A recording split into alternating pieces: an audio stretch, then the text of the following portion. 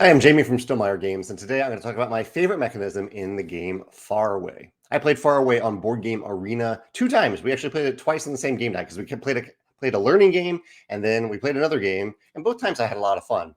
And the photo I'll show you here, though, is from Board Game Geek. So this is what the game looks like. So Faraway is a card-based game about going on a journey. By the end of the game, you're going to have a row of 8 of these square cards in front of you, representing 8 different places that you visited. So you're going to claim them and place them in your tableau from left to right. And then at the end of the game, you will flip them all over face down, then flip the rightmost card face up, score it if possible, if eligible, and then do the same for the next card and next card. So right to left scoring.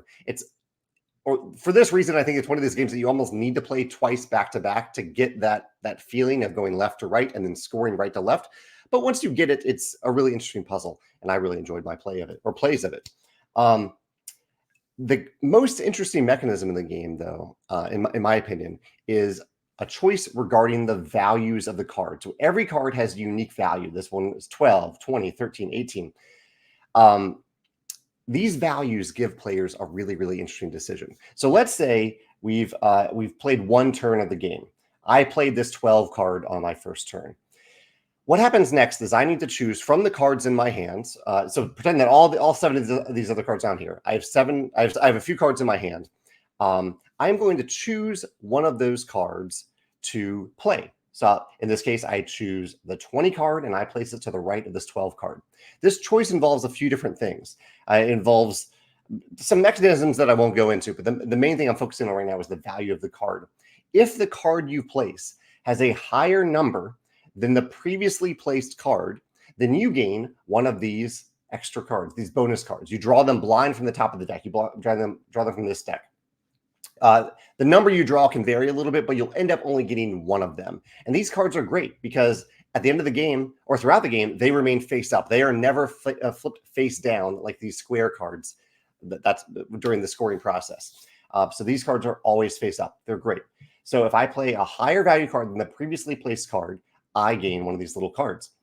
And you can see in the next turn of the game, this player played a 13. So 13 is less than 20. They would not gain one of these bonus cards.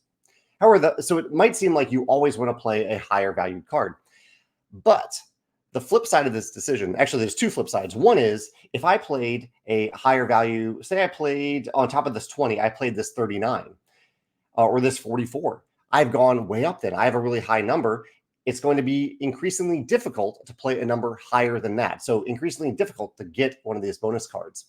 Also, what we're doing when we play this card is not just playing the card, but we're also declaring our order for a card draft or a card selection process. So I play this 20 card, and depending on the numbers that all other players played, that determines the order in which we'll be selecting cards from the center of the table. So the lowest number goes first. So if 20 happens to be the lowest number that all the other players played, then I get to go first in that auction, in that selection process. That's great.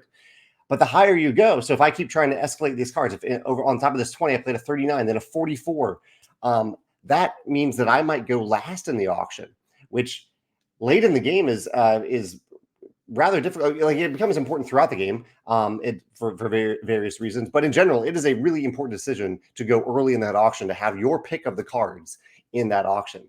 So I love this choice in the game, the idea that you want a higher value than the previous card, but you want it to be lower than the values played by all other players, so you get to go first in the card selection auction.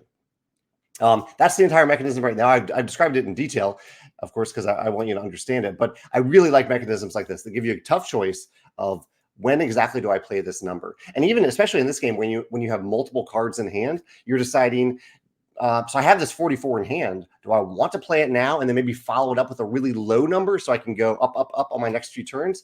Do I want to save that 44 for later? So having that choice of the cards in hand of when to play the cards is a really, really interesting decision. I really enjoyed that aspect of Faraway. If you're going to give another game that does something like this, where the number of the value of the card that you play has a dichotomy of choices, almost a contradiction of choices, when you have to decide what's more important to you at this moment, let me know in the comments. I'd love to hear your thoughts about that. Or if you have a different favorite mechanism in Faraway, let me know about that in the comments as well. Thanks.